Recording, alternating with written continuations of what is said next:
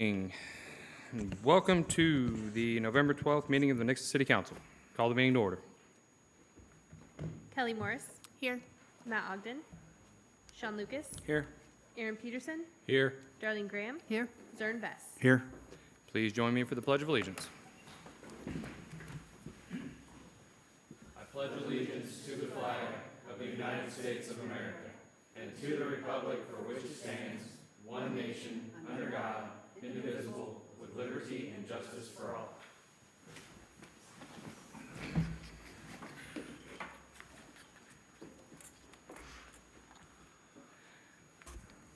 All right, first up, we have our visitors section. We do not have anyone signed up to speak, so if you would like to speak on anything that is not on the agenda, feel free to do so at this time. All right. I will close the visitor section. Next up is our presentations, and first one is with the Parks Department, talking about sponsorship packages. Ms. Katie Buford and her intelligent brain. Thank you for introducing my brain. And thank you to Becca for distribution of the packet and Summer on the slides. I'll give you a second to get all that passed out. Colorful.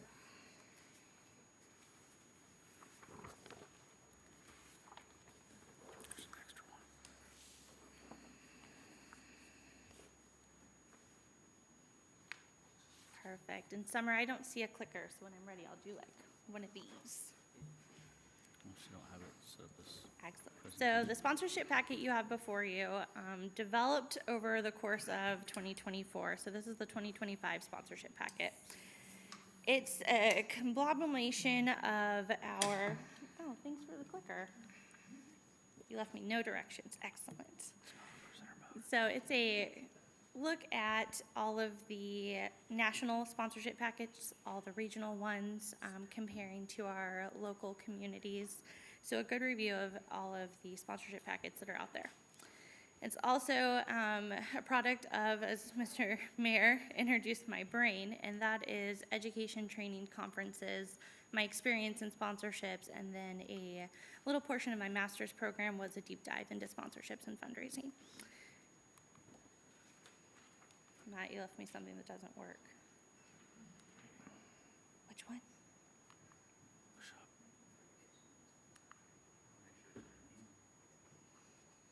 There it goes. Oh, excellent, thank you. It's the one Matt has. Oh, you have the clicker? Oh, okay. You're ruining my presentation, but thank you. Thank you. So a little bit about our sponsorship and partnership approach. That initial connection is what we are looking for to start a relationship. And that's building our awareness of our sponsorship packets, the types of partnerships we enter to, community engagement, all of those good things. We then move into targeted proposals. We don't want to approach a business or a community group with something that doesn't make sense for them. So you definitely want to research, know what their goals are, and create a proposal that's beneficial for not only us, but them, but also the community. You then hope to move into relationship building. A good example of this is we have one sponsor who started as a team sponsor. Over the course of 4 years, we've developed a relationship where now they are sponsoring signage and entire league banners all over the place. To continue that partnership and relationship, you'd move into analytics. So this is where you would get to your how many people attended the event, how many impressions the banner saw, all of those types of details that the community groups and businesses that sponsor would like to know. And then of course, you hope to continue that partnership and build upon that. Thank you for the working clicker. The 2025 sponsorship package has your continued standard offerings. So these are your banners, your teams, your signage, all of your different things that you would just find standard within the sponsorship package. Hold your applause for focus on new endeavors and expand event opportunities. We'll cover those in the next couple slides. But if we jump down to expanding sponsored facility spaces, those are like your courts, fields, schedules, those types of things are new to the 2025 sponsorship package. We added the addition of digital and print sponsorships, so these will be like your newsletter items, your Group X schedules, and then create additional value in park spaces. That one's going to be really fun later when it says more fun things about sponsorships. We also left in a creative component. If someone comes to me with an idea about a sponsorship, I don't want to say this is just what's in our package. I want to chase that down and find out if we can make it work. Because again, if it's good for us, good for them, and good for the community, why not? And then finally, you want the sponsorship package to be appealing and customizable. So that's what we've done, is created a robust offering that fits all budgets if we're building brand awareness for a small amount, or even if we're trying to create a legacy. We've got those options. This is where you can be really excited about expanding new endeavors. This is your in-kind partnerships and sponsorships, those volunteer events, and community beautification efforts. All of those are new in the 2025 packet. The new featured items that are also in there are your event vendor spaces, so that's expanding current events to offer vendor spaces, building out sponsorships to include amenities or elements of certain events. You've got those additional facility spaces, the digital and print sponsorships like I mentioned, and then anything that could add play or aesthetic value through sponsorships. Just a small example would be hopscotch decals and art pieces, which you will see again later. Okay, so how we get all this accomplished is a sponsorship solicitation activities and timeline. So we are looking at face-to-face meetings, networking connections, social media, canvassing the community, letting people know in digital and print that we have sponsorship options, and then of course examples in sponsored spaces. So just a quick example on that would be a ball field banner. You would include, hey, if you want a ball field banner here, contact this information. Your sponsorship timeline is the activities and how those will take place throughout the year. And so you've got the activities above. You would work those in throughout the months.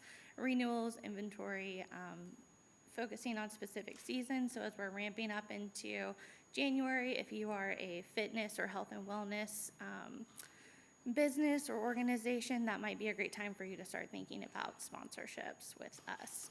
And then, of course, fulfilling all those logistics to get those agreements done. Just a quick highlight of what we've done so far this year. To date, we are at $42,185 in sponsorships. We've seen a 63% increase in sponsorships from 2020 to now. We've developed the sponsorship packet, and then, of course, that activity timeline, and then we have put the dates for volunteer dates on there, and you can see those below. And then this is that fun slide. So these are the things that when you're thinking about sponsorships, really thinking about those mutually beneficial marketing opportunities. So before the Easter egg hunt, does the Easter Bunny need to get his teeth checked out by the dentist? Absolutely. Those are great photo op for not only us, but also for the sponsor. That hopscotch decal over there strategically cuts out the logo, but you can see the GRE in there, and that is where a sponsor could put their logo information, sponsor the hopscotch decal, but also creates additional play value within our parks. That super cute reindeer face you will see at the Mayor's tree lighting, but if you wanted to, you could sponsor an element of the Mayor's tree lighting and get to stand closest to that adorable face. And of course, for our aesthetic efforts, you've got sculptures on the move, so any sort of art pieces within the parks you could sponsor as well. And Jimmy gave me a time limit, so thank you. And I'm happy to answer any questions. When a potential sponsor comes around, this is a packet you give them? Is this what you talked about? Okay. Yes, I'll give them that packet. And then if we've spoken before and I'm going to have a meeting, I would take more of that targeted proposal, and I would pull elements out of that packet and provide those impression details and try and meet the goals that they're looking for. I did have a little idea, and then you actually kind of touched on it. When you talked about the sponsored spaces and then having the sign saying that you could sponsor here, maybe it would be a good idea to, because one thing that I thought was really cool is, you know, when you walk into, we'll just say the gym at Macaulay, well, you watch the kids and you don't really look up and pay attention, but then when you do look up, you realize how many of the local businesses invest back into the parks and how many sponsors there are, and there's a bunch of banners. Maybe some sort of a sign when you're coming into the park or entering the center, welcome to the center. Please take a moment to look around and see the people who make all this possible. Just putting a little bit extra spotlight on those sponsors. Yeah. And then, on the sign that you were talking about, put the same thing on there. And then, if you're interested, reach out to the brain of the parks. Thank Sorry, you. Matt. We have him for TV interviews. No, this is definitely great. Thank you. Any other questions? All right. Thank you very much. Thank you. I'll leave the clicker for All right. the working one.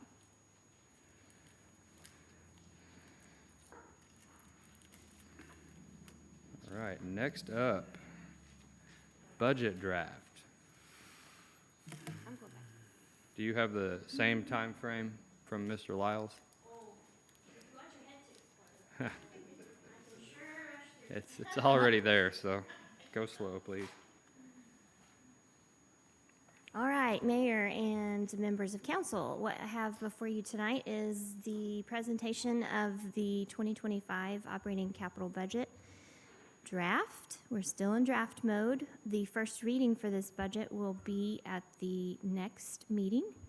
I believe that's the, 26th of November. So this is going to be a high-level view, but also a little bit more detailed than we've gotten into the past. But this is where we've landed over the last few weeks of several iterations of the budget. So I'm just going to recap what we've talked about up to this point and try to boil it down into what you have. Now, earlier in the week, I sent you the budget draft book. I will say that a few things have changed slightly since then, just a couple of calculations. So your numbers will be just slightly different, not a whole lot different, but so let's get into it. What we're going to talk about are the revenues. We're going to talk about personnel, operations, capital, transfers out, and reserve balances. And we're going to start with the general fund. So this budget includes, for tax revenue in the sales tax category, we budgeted flat, meaning we projected through the end of this year what we think we'll bring in, and then we're just going to budget that amount. And so we're not going to raise it at all. We've been pretty flat this year with our sales tax, and so for the general fund and the street fund, that's the methodology. For the use tax, we are projecting through the end of the year, and then we're going to budget that amount, but that ends up being about a 65% increase over last year's figures, not last year's budget, but last year's figures, actual figures. So that's where we've landed with the use tax. Of note, in the transfers in, this includes the remainder of the ARPA funds. We need to get that, go ahead and get that accounted for and done. So we're going to go ahead and transfer the remainder of the ARPA funds into the general fund. And then other revenues and sources, this includes in the general fund $15 million in bond proceeds for the police building project.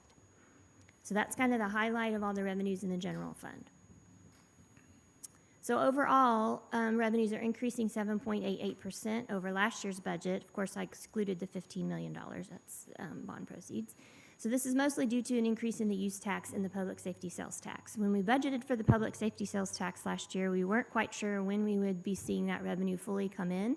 And so we have exceeded what we originally budgeted for this year. So again, we're just looking at what we're going to project out to the end of the year and then rolling that over. Any questions on revenues in the general fund? Okay. So personnel, and this goes for all funds. We're going to narrow it down to the general fund in a second, but everybody across the board, we're doing a 2.5% cost of living adjustment. And then we're going halfway into the 50th percentile grade ranges for all personnel, except job grades 9 and below in wastewater, water, and streets. This budget includes a 5% increase in health insurance premiums. And then we've added or changed a few positions. We're adding a full-time human resources specialist. We're adding 2 additional police officers. We're adding a part-time media specialist. We're moving a part-time to full-time building maintenance position. And we're adding additional full-time building and grounds position in parks. And then we're gonna change 2 positions that are already on the books, but we're moving them from electrical ground workers to line workers. So that will be a salary increase, but no increase to headcount. Okay, And so Jennifer, personnel. Yep. Sorry, before you move on, if you can go back to that last slide, just to point out real quick, she mentioned that on the second bullet point, halfway to the 50th percentile for all personnel except job grades 9 and below, water, wastewater, and streets. I just want to clarify, water, wastewater, and streets is going completely to the 50th. So They're I what, didn't I'm want it to sound like they're not getting anything. Yeah, They're oh, sorry, going to the sorry, 50th. that was not clear. Yep. They're going above. They're not doing half. Okay. Oh, sorry, that wasn't clear. Sorry, go ahead. Yeah, so for the job grades 9 and below, water, wastewater, streets, they are in the full 50th percentile job grades. Did And then anyone have any everybody else. questions on that part? How, Or- how many employees does that affect? Do we know? Probably about 25 or so, maybe. Okay. Okay. And also, ones that aren't hired yet, how many open positions do we have? 4 to 5. Okay. Hopefully it'll help with that as well. Yeah. But, good catch. Any other questions about that? Okay. You go. So in the general fund, the personnel budget for next year is $11,134,649. This is an increase of 13% over this year's budget. Okay. Operations, I just kind of hit some highlights. This does include an increase to property and liability insurance of 30%, which is what our broker came back with. We have budgeted money for a strategic plan. We have added money and changed the name from a facade grant to a beautification grant. This does include bond issue costs, which are, pretty costly. We've got money in there for a downtown zoning district. And we added a separate line item for splash pad expense, so we can kind of track to see what kind of expenses the splash pad's going to incur. So overall, the operating expense budget in the general fund is increasing 21% over 2024. Of course, this also includes just your typical inflation, cost of goods rates, and things like that.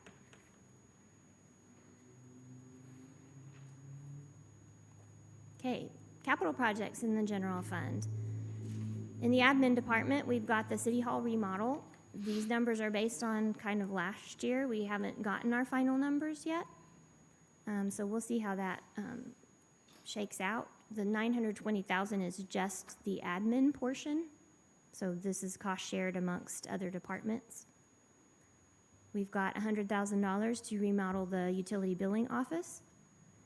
And we have some IT hardware we need to buy, which is $92,500, which again will be cost shared among other departments. The police department building, we've got budgeted $15,394,000.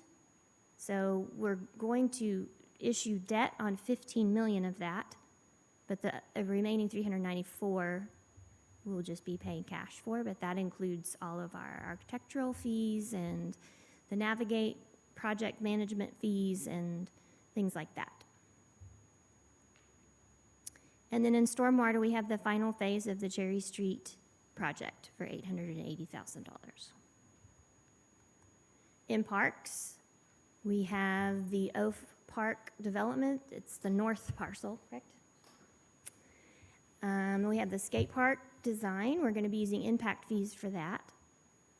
And the splash pad, that's an ongoing project, but again, we'll be using impact fees. And then we've got the dumping trailer, fitness equipment, and a Bluetooth audio system. So those are all the capital projects in the parks. So the total capital budget for the general fund is $18,114,101, with the lion's share being the police department. Any questions about that?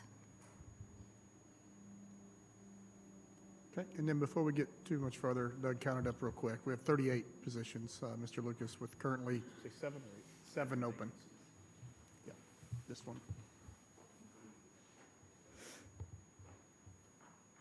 Thank you. Okay.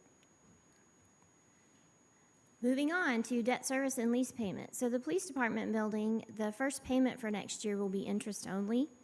The way that the financial advisor has gotten the amortization schedule together, we'll be paying one payment per year. Next year will be interest only, approximated at $279,000, but that reflects the current bond market. This is subject to change based on the interest rates at the time of the bond issuance, which will be I think it's the third week of January is when we have our sale. So we'll be able to nail that down a little bit more closely at that time. But the annual payments will begin in 2026, and they are around 1.1 million. So that's what we have will be our debt service for the next 20 years on that. And then the police vehicle lease payments total $595,888. So the total debt and lease for the general fund for next year is $875,861.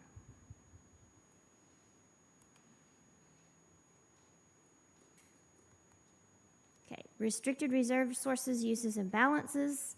This just kind of tells you where the money in that final column, those restricted money, what makes that up. And so these accounts, this is the estimated ending balance at the end of the year after we've spent what we're going to spend and we've earned the interest on everything. And so this is an estimated number, but for the parks savings account, we estimate ending balance of $211,697. In the pool building fitness center reserves, we're estimating an ending balance of $301,000. Matt has in his budget to use $78,450 of that for the aquatic center, different things, upgrades and new equipment and things like that. And $10,000 is being used for fitness equipment. In the economic development savings account, we're estimating an ending balance of $771,000. And then our policy on operating reserves is 30% of operating and personnel budget, so that's $4.5 million. In the impact fees, we have an estimated ending balance of $630,000 in the parks. We're using monies for the skate park and the splash pad, and the $117,885 is required. And what that means is when we collect impact fees, we have to spend them within 7 years, or we have to give them back. And so 7 years ago, we collected $117,885 in park impact fees, so we have to spend that next year. Police impact fees, estimated ending balance, $41,575, and $35,000 of that's required. I'll also quickly mention, just for clarification, the amount we're using for the skate park is only for design. We're not actually building that yet. Just a reminder, it's just the design.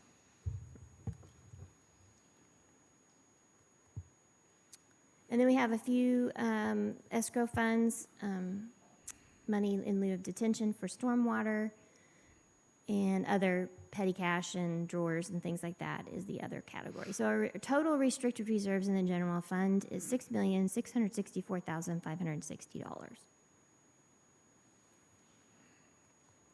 So the conclusion for the general fund budget is it's a structurally balanced budget, which is required.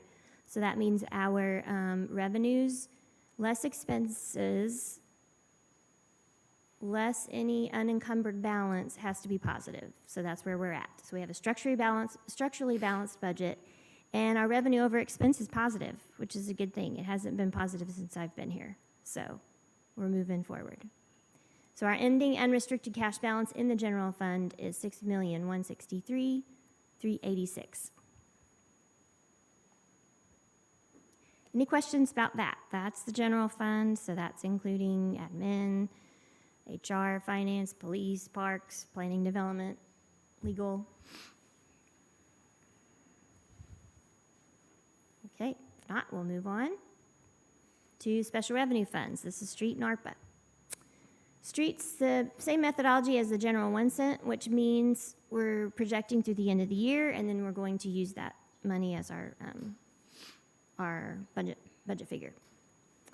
And then in grant revenue, we have 2.46 million.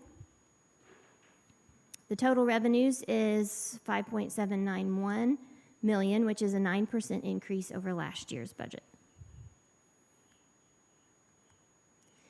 ARPA, the only thing budgeted there is for interest. This fund will be dissolved in 2025. Personnel, again, cost of living adjustment 2.5%. All jobs in grades 9 and below are fully in the 50th percentile in the streets department. There is no additional personnel requested. So the total streets personnel budget is 1.293 million. This is an increase of 6% over this year.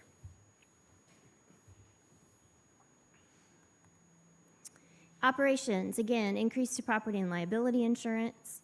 All of the public works departments are cost sharing a rewrite of their technical specifications. So that's kind of a bigger item in this budget that we don't typically see. And then streets and electric are cost sharing and HVAC repair, which is kind of costly. So those are just kind of some different things in the operational budget. Everything else is basically same thing, just with, increases to cost of materials and things like that. So the operating expense budget is an increase of 10% over this year in the streets department. Capital. Got several carryover projects, meaning they are on this year's budget, but we haven't completed them, so we are rolling them over. We've got the City Hall remodel, snowplows and aftermarket upfit, North Street improvements, Main Street tracker to CC, Main Street, North Street to 14, Cheyenne Road multi-use path, and the sidewalk on Old Wilderness. These are already ongoing projects that have either not been able to be started or are ongoing and aren't finished. And so these are the numbers that we think we will spend next year. Those are all carryovers. There's only one new project. It's a line painter for $27.5. So the total capital budget in the streets fund is $5,601,915. Questions about any of that? Any of the capital projects or any of that? Okay, debt service, really they only have their lease payments for their vehicles, $84,472. And then restricted balances, they've got some escrow money and for some different street projects. And then the policy for streets is 25% of operations and personnel to be held back for reserves. So their total restricted reserves is $1,170,408. So the conclusion for the streets budget is it's structurally balanced. The revenue over expense is negative. And the ending unrestricted cash balance is $38,322. Now I will say that this does not reflect grant money that we are scheduled to receive but have not received it yet. So that could come in at any time. It could come in at the end of this year. It could come in next year. And so that number seems really low, but there's probably $2 or $3 million hanging out there that we should be getting. Questions about that? Okay, enterprise funds. We're on the downhill slide, guys. We're getting there. Water, wastewater, electric. So in the electric fund, we're increasing revenues by 5%. In the water fund, those revenues include a $9 million in bond proceeds. Now, we haven't gotten as far down the road with this as we have with police, but this is just sort of us talking about at some point next year looking at issuing bonds for a couple of water projects, a couple of wastewater projects. So I went ahead and included it in the budget because it's better to have it there than not. So this is an increase of 12.63% over last year, excluding the bond proceeds. And in wastewater, same thing. This includes an $8.2 million bond proceed, which is an increase of 15% over last year.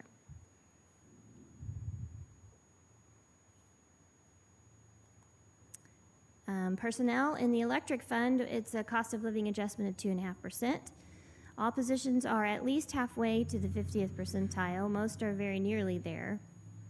There are no additional personnel requested, but 2 positions for electrical ground worker are being swapped for electrical line worker. And so the 2025 electric personnel budget is $2.497 million, which is an increase of 14%.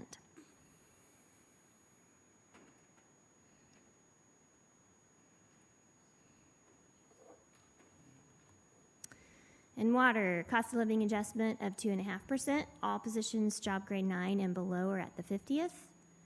All others are at least halfway to the 50th percentile. And again, just to reiterate what the thinking was behind that, to do only a few funds and not all the funds, is because we are struggling with the entry-level positions in water, wastewater, and streets. And council and the mayor is committed to getting us all to the 50th percentile, but they felt like it was a little bit more pressing to go ahead and get the water, wastewater, streets there, and then to phase in the rest of the funds and the rest of the departments of the city. And correct me if I'm speaking out of turn here, council and mayor, but that was my understanding as to the thinking behind it. And so I know that the mayor has expressed an interest in getting there eventually and letting our personnel know that that is the goal. And so we're trying to phase it in to make it as affordable as possible. Next year. 2026. 2026, Next year. okay. Well, there we go. So the hope is that by raising those positions, we can get these vacant positions that have been vacant for quite a while filled, and then retain the good people that we do have. So in the water department, no additional personnel is requested. Their personnel budget is $1,832,563, an increase of 21%.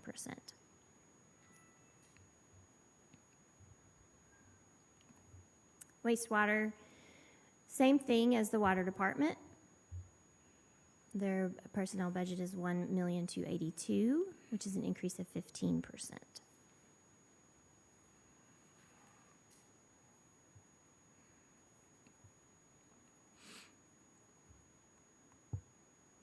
In the operational budgets, we've added in the electric department make-ready pole attachments. If anyone has questions about that, you have to ask Doug, because I'm not quite sure what that means. But we've increased the amount for AMI meters. Once we start getting those installed, if we've ever got to replace them, they're a lot more expensive. So we've accounted for that. We're putting AEDs in all of the trucks. So the operating expense in the electric department is actually 4% less than this year. In the water department, we've added in the bond issue costs. We are doing a customer rebate program. And again, for details on that, somebody else will have to address that, because I'm not quite sure the details on it. I was just told the amount to put in. And then we have Tower 7 and Tower 4 are going to be painted. So the operating expense in the water fund is 3% more than in 2024.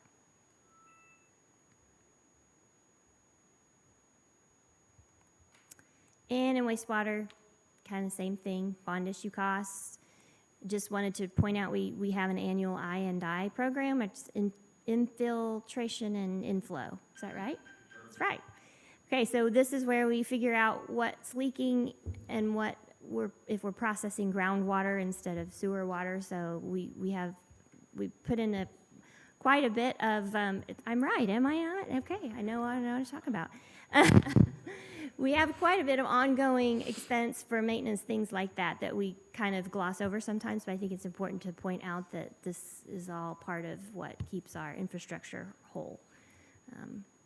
And then just an increase in general items accounting for inflation. So in the wastewater department, operating expense is actually 11% less than in 2024. Any questions about that before we tackle capital? Okay. So carryover projects in electric. You can see there, City Hall remodel, there's a small bucket truck, two-man bucket truck, West Highway 14 lighting, Leanne to Nicholas tie line, AMI meter replacement, Tracker to Cheyenne tie line, and South Truman. Again, these are already projects that are ongoing. I mean, some of that stuff we've had on order for a couple years. We still haven't gotten it. So that's why we just keep rolling them over. But all of these are projects that we've started and hope to finish next year. Again, carryover URD 3 Phase to Oakmont Lift Station and the lighting for the sidewalk on Old Wilderness. Those are the final of the carryovers. And then we have a few new projects. We're going to buy some new land for the new substation, and we've got the new substation construction and design and everything phased out. So phase 1 will be next year. And then we've got a couple of trucks and and one piece of equipment, and then Leanne Drive. Not sure what that is, but something electrical with Leanne Drive. So total capital budget in the electric fund is $6,577,730. Any questions about those projects? Your detail was amazing. That last part. There's enough people who know if you have questions about detail, then they're your people. All right, let's go on to water. Carryover projects. City Hall remodel, replacement truck, AMI metering conversion, North Main to Highway CC water main, another bulk fill water station, water tower number 9. That's one of the things we're hoping to maybe issue a bond for. We have the 3rd utility billing kiosk to install. And then in new projects, some equipment and an equipment building. So that total capital budget is $6,032,909. Wastewater. City Hall remodel, Southwest Regional Lift Station, sludge holding basin. Those 2 projects are ones we've identified that we could issue bonds for. A new sludge truck, generator at Tuscany, new UV system for Nixa wastewater treatment facility. And then the rest of those are new projects. So you can see there, we are wanting to expand the compost facility. And then the rest is, and then a new equipment building at the recycle center. This is just kind of equipment and stuff. Total capital budget for the wastewater fund is $7,444,657. Debt service and lease payments. In the electric fund, it's the for their capital or their leased vehicles. In the water fund, they have some lease payments, and then they also have a debt service payment. This is for the debt issued for RDE. And then in the wastewater fund, we have lease payments for their vehicles, and then one debt service payment, $57,506. This is the final payment on that. So total debt and lease water for the wastewater fund is $91,618. Let's move on to transfers out. Last thing. In the electric department, the administration fees, we did a time study. Every 3 years, we conduct a time study, and this is to account for personnel's costs who are paid out of the general fund. So like the legal department and the planning and development department and the HR department and finance, we all do work for the enterprise funds. And so we keep track of our time for a month, and that is how those administration fees are calculated. So in the electric department, administration fees are $559,871. Fee in lieu of taxes is 5% of electric sales. The cost share of the IT hardware, they do a transfer out for central garage. Again, for those employees that work on their vehicles and things, they're paid for out of the general fund. And then a transfer for utility billing. Same thing, utility billing. does work for the electric department, and so we calculate based on their time study what they owe. So total transfers out of the electric department is $2,169,690. In water, kind of the same thing. Administration fees, fee in lieu of taxes, cost share of the IT hardware, and then the central garage. So the total transfers out of water is $649,156. And in wastewater, same thing. So total transfers out of wastewater is $590,575.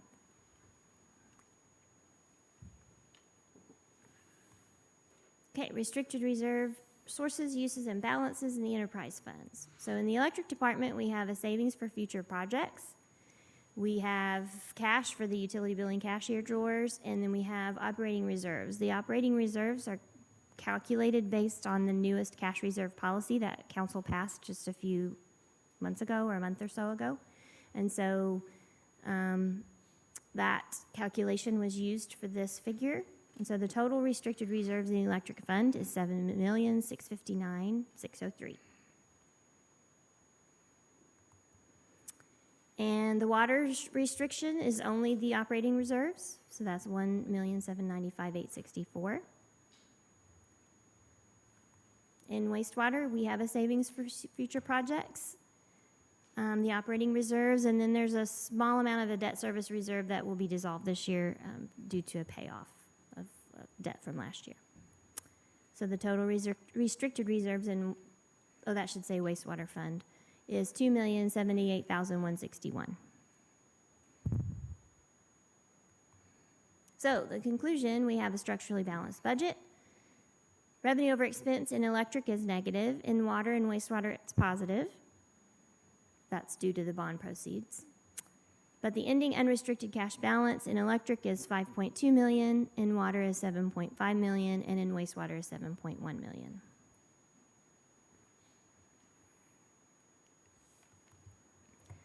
Questions?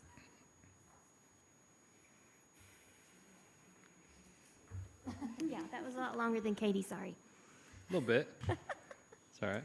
Can you remind me on the reserves for operating expenses, the restricted, is that 3 months of operating expenses or For the electric, or for the enterprise funds, for, yeah? there was a whole list of things you have to take into account, like power purchases, a portion of your debt service. It did take into account operations. I can't remember exactly and capital projects for the next few years. And it looks at your depreciable assets. It's like a multi-step calculation. I can send that to you. Okay. I don't know if you remember Travis standing up here and going through all of the things, but that's where that number comes from. Okay. But I can send it to you, show you.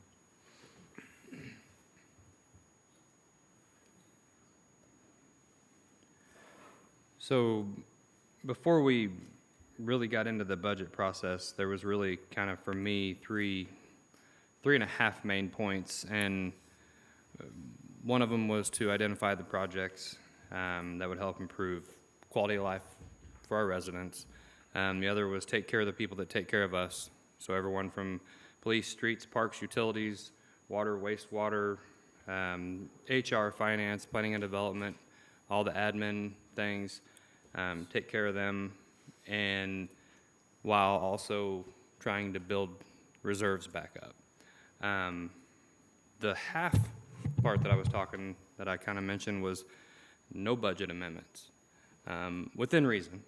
Like we already talked to Chief about that. If someone comes along and it's someone that would be a great hire for the PD, even though we, approved 2 or haven't approved yet, but we're proposing 2, and someone comes along, by all means, that's something that we should do. But with all of that being said, we can also, depending on what happens after the first of the year, where the economy goes, the good thing is we're already seeing some things change financially. I know some rates have gone down, and that can save us a lot of money, but we also have the ability to go back and look at some of these projects.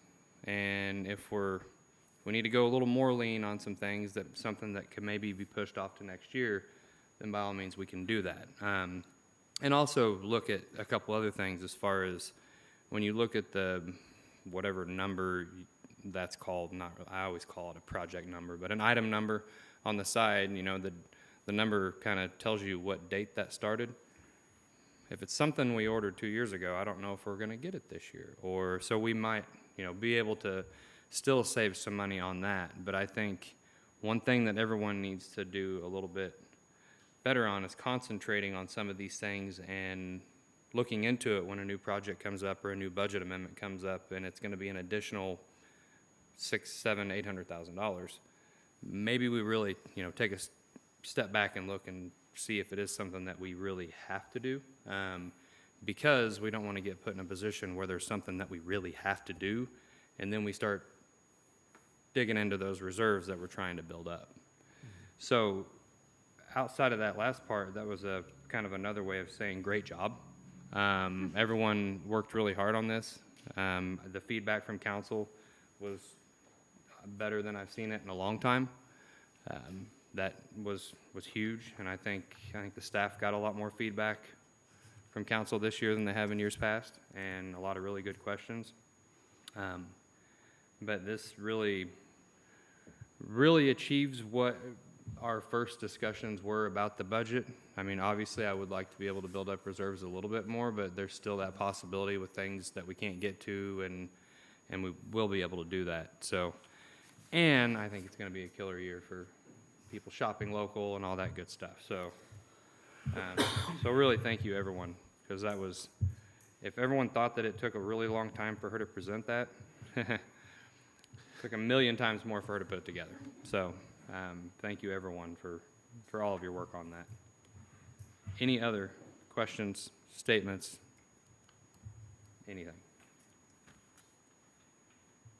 Just a reminder, this is kind of our last little, I guess, if you want to call it I know it's a presentation, but a little bit of a workshop. So if there's any changes that you'd like made, now's the time, because the next meeting, we're going to be bringing the first reading of the budget. So. And if you bring up a change, then you get to go sit in an office with Jennifer for a day. Mayor, I was going to make another comment real quick, if you don't mind. In the water, you saw, when you're looking at water and wastewater in the future, keep in mind that water tower and that regional lift station, those are estimates based on what we think we will actually spend next year, not the total price of those projects.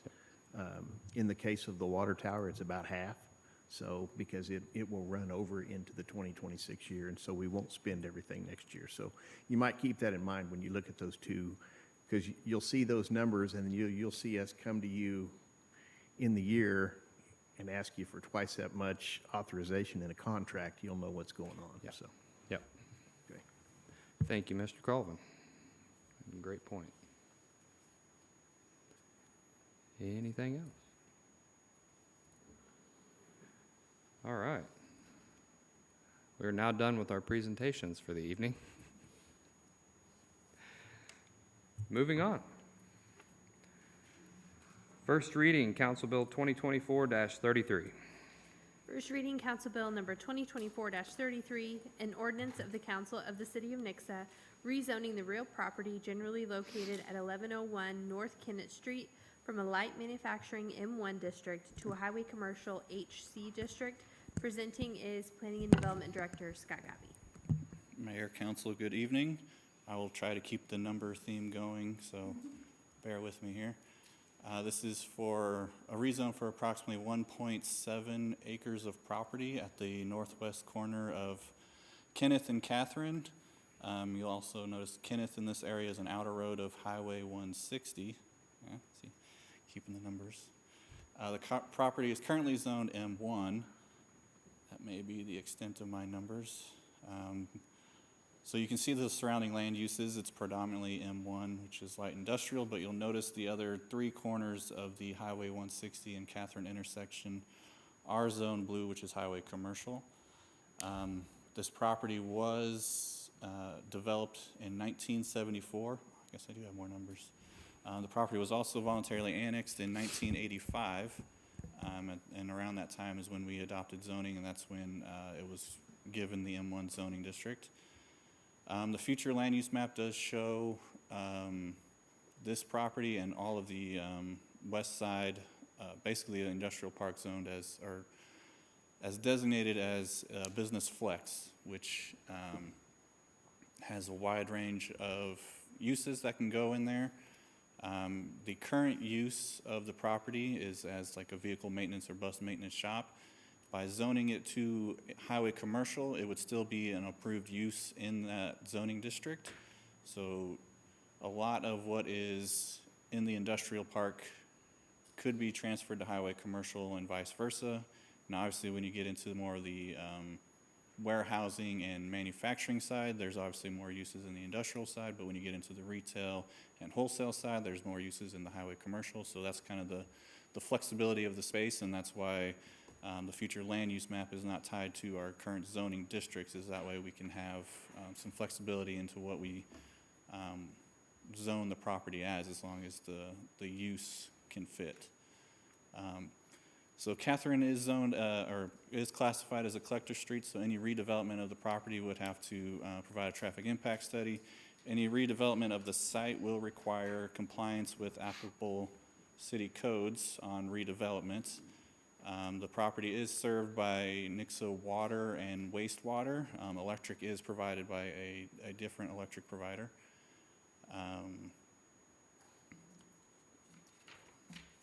This agenda item was read in front of the Planning and Zoning Commission earlier last week.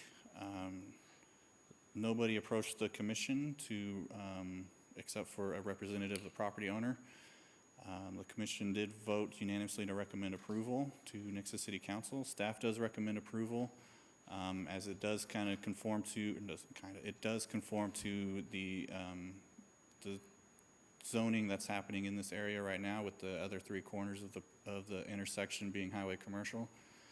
And it also does conform with the future land use map in our newly adopted comprehensive plan. With that, staff does recommend approval. If you have any questions, I am available. Any questions?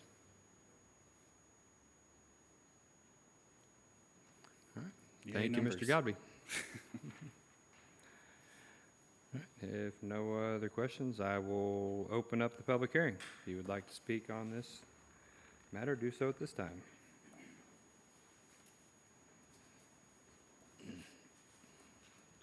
Good evening, Mayor and Council. I'm Chris Ball, Ball Architects, 650 North Boonville, Springfield, Missouri, representing the owner. I think they have just had a couple of opportunities where people have approached them about possibly developing the property. Zoning wasn't, correct for what they wanted to do, and they just weren't willing to purchase the property and trying to rezone, so they've asked them to consider that. I think the owner's hope is that it will just become an opportunity for a new business or new businesses to come to the city of Nixa and generate business, taxes, everything that helps fund all that great budget you were talking about. I'm happy to answer any questions if you have any. Perfect. Any questions? All right. Thank Thank you very much, Mr. Paul.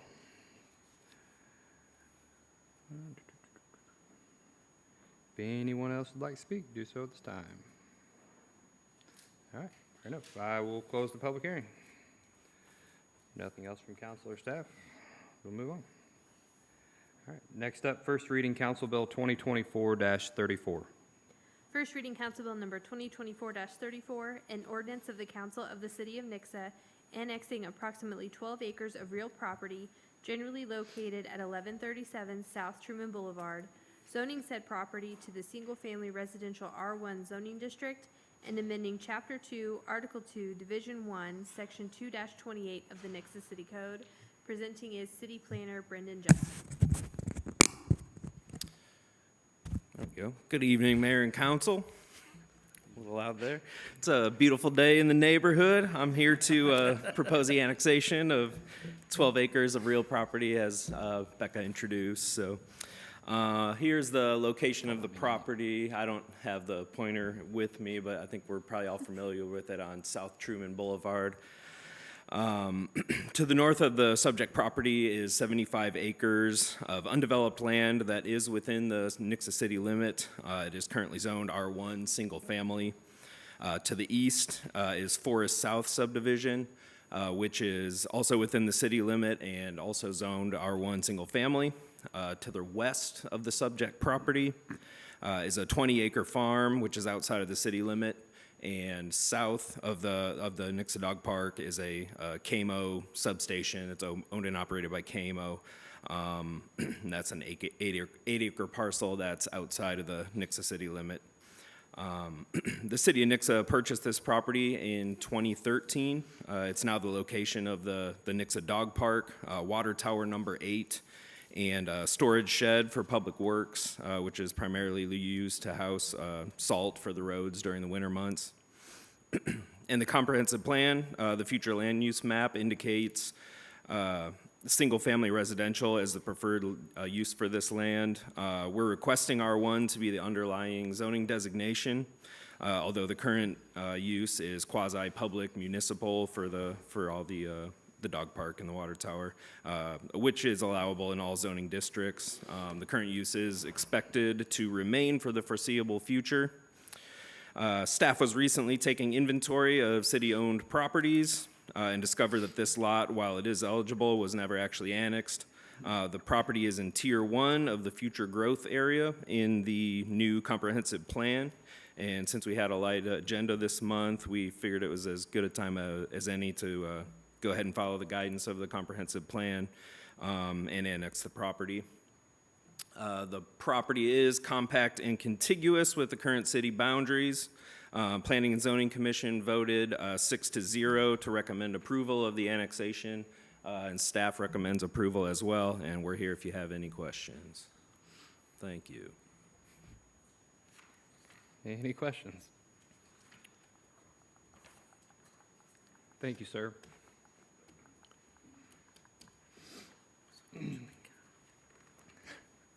I have no other questions. I will open up the public hearing. If you'd like to speak on this, do so at this time. And I will close the public hearing. All right, moving on. First reading, Council Bill 2024-35. First reading Council Bill number 2024-35, an ordinance of the Council of the City of Nixa amending sections 2-151 of the Nixa City Code for the purpose of modifying user fees administered by the Parks and Recreation Department. Presenting is Parks Director Matt Kraus. Good evening, Mayor, Council. This bill is being brought to you as discussed at our October 1st Council Budget Workshop relating to the increase in minimum wage that we will experience moving forward.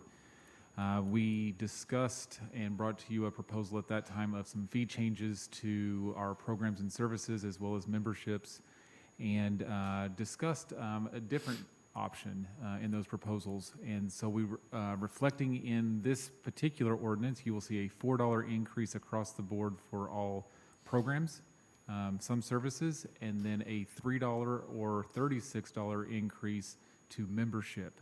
The $3 is the monthly fee, $36 is the annual fee for all memberships. Mr. Nick has laid these out very nicely in this ordinance, so you can see the current rates with the new adjusted rate within the ordinance in your Exhibit A. But this ordinance is just to codify these fees as a part of our fee order here and in a part with our fee codes. I'm available for questions if you have any. Any questions?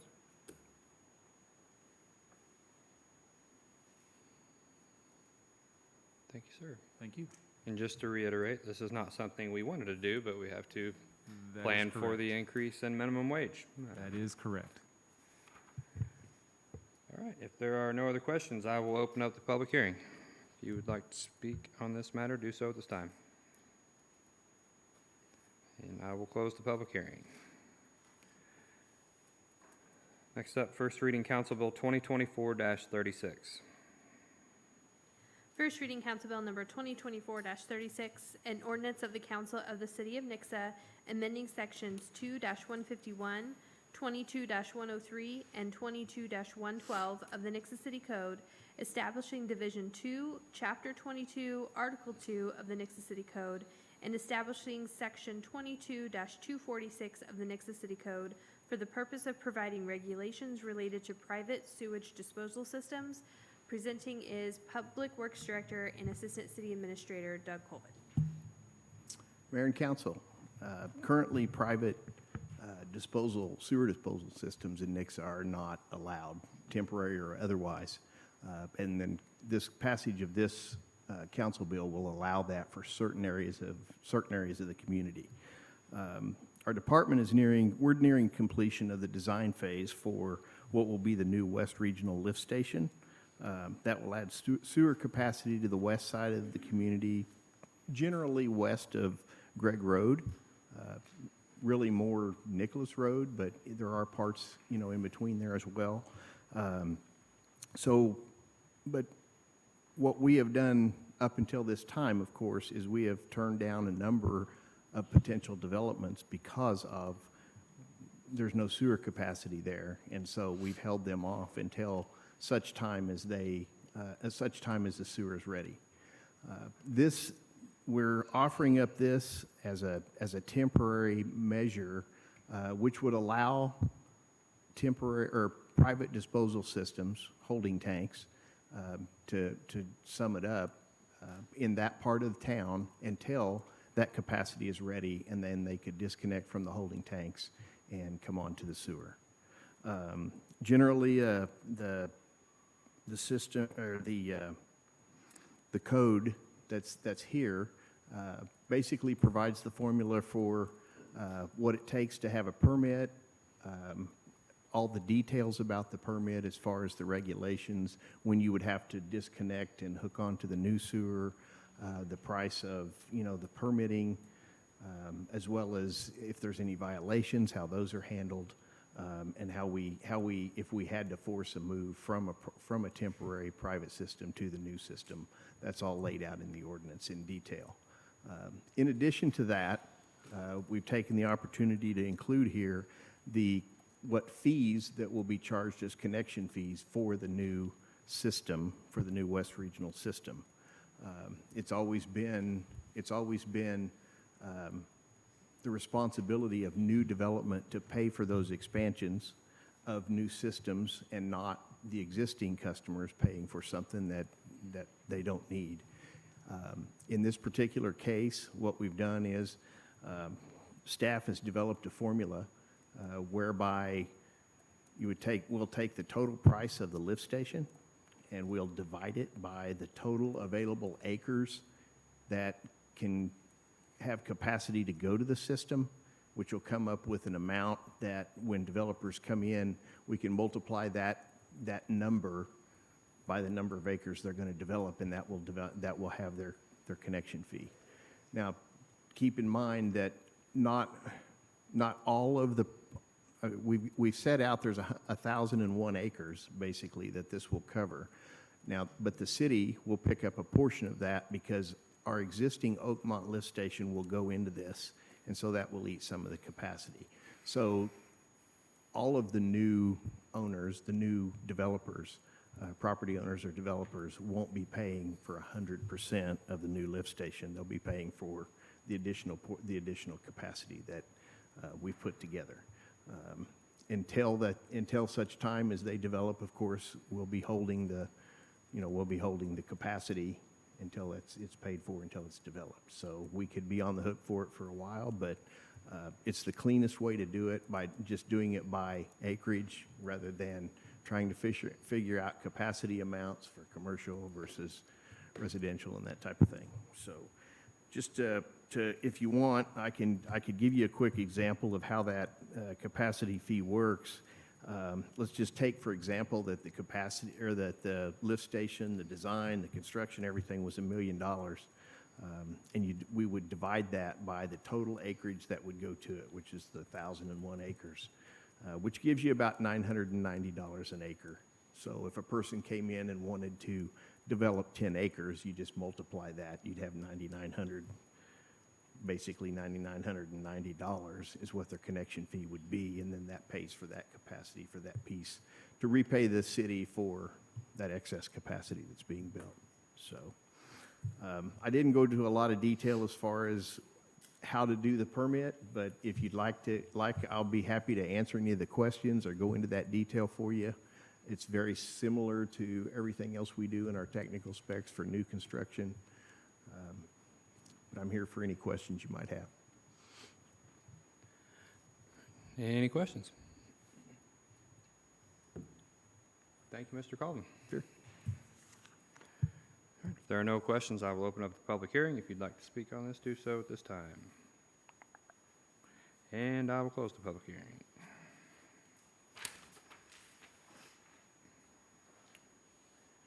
All right. And next up, Resolution 2024-58. Resolution number 2024-58, a resolution of the Council of the City of Nixa amending the city's personnel code by modifying policy 3.8 and policy 7.1.5 for the purpose of modifying the city's employment policies regarding standby, call-out, callback, court, field training officer, and personnel hours. Presenting is Human Resources Director, Amanda Hunsucker. Good evening. My memo is not the one I thought I turned in, so it might read a little bit different than it should. But I'm here to talk about some things that go along with the budget. That seems to be our theme today. Standby time is a rate of pay that we pay our employees to be inconvenienced when they're not here working, to come in after hours and on weekends. It's been $15 a day for many years. So we would like to increase that to $30 a day. Monday through Friday are regular working hours, and $60 on the weekends or regular scheduled days off weekends. So then field training officer is a rate of pay that we have been paying for a long time, but it's not been in our policy, and so we want to add it to our policy and also increase that from $12 a day to $25 a day. And then personal hours is not really anything new, but we're wanting to change the date when it can be paid out or used. It's been December 31st for as long as I have been here. Use it or lose it by then. That is a problem for our software, that when the 31st falls, it's in the same pay time as January 1st. Our software doesn't recognize the difference, and so you can use your day and earn your day, but then it zeroes it out. And so that has been a problem for us in the past to try to catch all of those to make sure people have their time off. So those are the changes that we are wanting to make for 2025.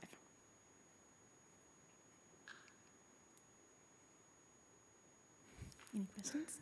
That's like messing with. Any questions? I would appreciate that. Thank you. Thank you very much. Okay, thank you. You did great. I would assume, since we've already discussed this once or twice, there are no questions. So if there are no questions, I will open up the public hearing. If you would like to speak on this, do so at this time. And I will close the public hearing. Nothing else from council? Nothing else from staff? I will accept a motion. So made. Second. First by Mr. Lucas, a second by Mr. Peterson. All in favor? Aye. Those opposed? The ayes have it, motion carries.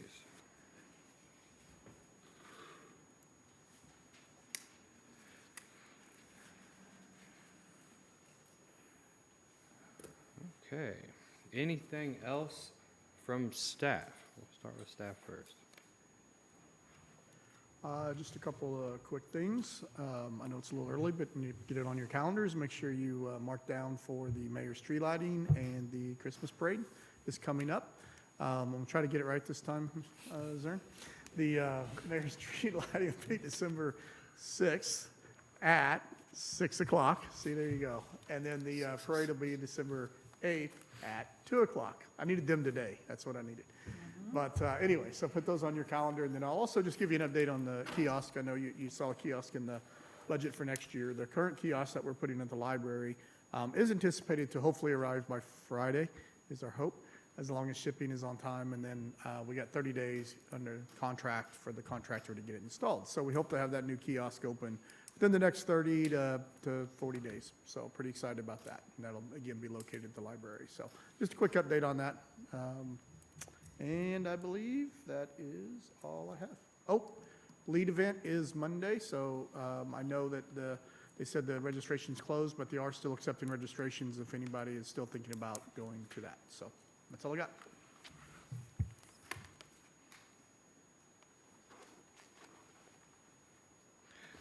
Okay, well, will say, we had the Veterans Day ceremony over the weekend at the park, and it went very well. Had a great speaker. Somehow, the only one they could find happened to be from Ozark. But outside of that, no, he was really cool. Enjoyed talking to him. That was a lot of fun. And then also another thing last week, I was invited to a Casa breakfast. Look that organization up. If you don't know about it, look it up, and hopefully maybe you know someone that would be a good volunteer for that. They are in need of volunteers, and they do some amazing things in this area. And then the other thing, I'm not sure if anyone remembers, but there was an election last week. And we now have a new commissioner in our district. So congratulations to Johnny Williams. I know a lot of people won, but Mr. Williams is someone that we will work very closely with, considering he's commissioner over our district. So looking forward to working with him, and thank you to Hosey Blue for all the years that he worked supporting our area over here. He was always a lot of fun and always had great stories. So that's pretty much all I have for the evening. I don't know if I missed anything. The Spooktacular event was a big success. Oh yeah, I was there. That was fun. Yeah, yeah. Spooktacular was great. The weather was phenomenal. Very warm, nice. I estimate 4,500 people that went was through that packed. event in about 2.5 hours. So, or I'm sorry, 3.5 hours. But a lot of candy, a lot of fun. The kids had a good time. So we're thankful to Mac Dental for sponsoring that event once again this year. And maybe next year send Forgy with a little bit more candy. Because you know how stingy he is anyway. He was giving out a mini Tootsie Roll at a time. Like kids would wait in that line and be so disappointed. Luckily, And he ran out. luckily they had stickers and everything else. Yeah, and he still ran out and had to go still. I was like, just go take it from Matt. That's what we all do. If you haven't We had had a planned. chance, check out the video. I don't know if you've seen the video that was done, and Summer posted that. I don't know how Yes. many views we're up to now, but it was 14,000 at one point. There you go. So That's pretty- awesome. it looks like it's a great video. Really showcases what the Parks Department did and pulled off. Yeah. So Yeah, it was really cool. There were some pretty neat booths. I think next year we need to do like a best booth contest. We'll put that on the list. I think Joy Bray would have won this year though. That was pretty Yeah, she's hard to beat. neat. She's real hard to beat. Yeah. And the splash pad is coming along. Splash pad is moving along. The pad itself is poured and complete. They are turning their attentions now towards the building that is the pump house. They finished up plumbing to the building, I believe, on Friday, and are turning their all their time and attention will go into the building now. We are a week or two, I think, right around Thanksgiving or shortly thereafter. The masonry block guy should show up to start pulling that building out of the ground. The pit's there, but they'll start building on. So it'll kind of slow down as far as what you're seeing, but they'll still be done here in the next 4, 5, 6 weeks. They hope to be kind of wrapping until they come back in the spring to help us kick it off. The only other thing I could think of that I believe has happened since our last meeting would have been the state of the community. So definitely thank you to everybody that was involved in helping that take place. The school does an amazing job putting that event together, everything from editing the video, taking the time to record all the videos, to be able to provide that additional information out to the community is huge. It was always, this year was extremely informative, I felt. It covered a lot of topics. Senator Moon was there with us. It was a good one. They did a great job. So definitely thank you to everyone that was involved in that and making that a success yet again. And if there is nothing else from anyone up here or out there, Mr. Peterson. I move that City Council go into closed session under section 610-021-2 of RSMO. I also move that this closed session, records related thereto, and any votes taken by the council during this session shall be closed under section 610-021 RSMO, and that City Council shall stand adjourned after the closed session. Second. A first by Mr. Peterson, a second by Mr. Lucas. Roll call, please. Kelly Morris, Yes. Zern Vest, Yes. Aaron Peterson, Yes. Darlene Graham, Yes. Sean Lucas. Yes. Thank you all.